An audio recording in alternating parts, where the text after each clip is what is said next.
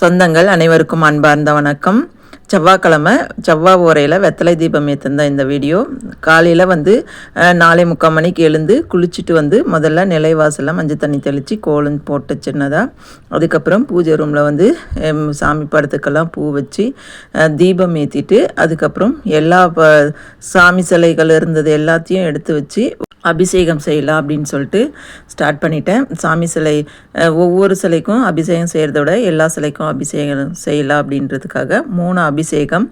ஒன்று திருமஞ்சன பொடி, அதுக்கப்புறம் சந்தனம், பால், இந்த 3 வச்சு தான் காலையிலே அபிஷேகம் செஞ்சேன். முதல்ல வெத்தலை தீபம் ஏற்றி வச்சுட்டு அதுக்கப்புறம் தான் அபிஷேகம் ஸ்டார்ட் பண்ணேன்.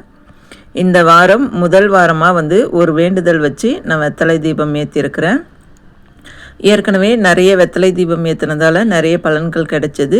வெத்தலை தீபம் போட்டு நான் வழிபாடு செஞ்சதால் வீடு கட்டுற யோகம் கண்டிப்பாக எனக்கு கிடைச்சது அப்படின்னே சொல்லலாம்.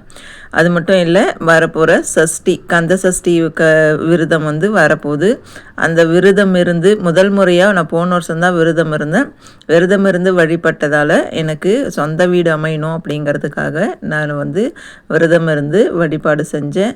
இந்த வருஷம் கந்த சஷ்டியில் எனக்கு சொந்த வீடு அமைஞ்சிடுச்சு, கட்டிகிட்டே இருக்கிறோம்.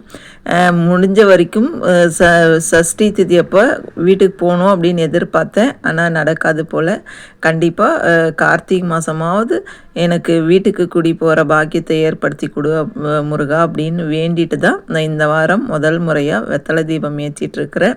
இந்த வீடியோ பார்க்குற உங்களுக்கு ஏதாவது நல்லது நடக்கிறது தள்ளி தள்ளி போயிட்டே இருக்குது அப்படின்னா முருகர்கிட்ட வேண்டிட்டு இந்த மாதிரி 6 வாரம் 9 வாரம் இந்த மாதிரி வெத்தலை தீபம் ஏற்றி பாருங்கள். கண்டிப்பாக அவங்களுக்கு ஒரு நல்ல ரிசல்ட் கிடைக்கும்.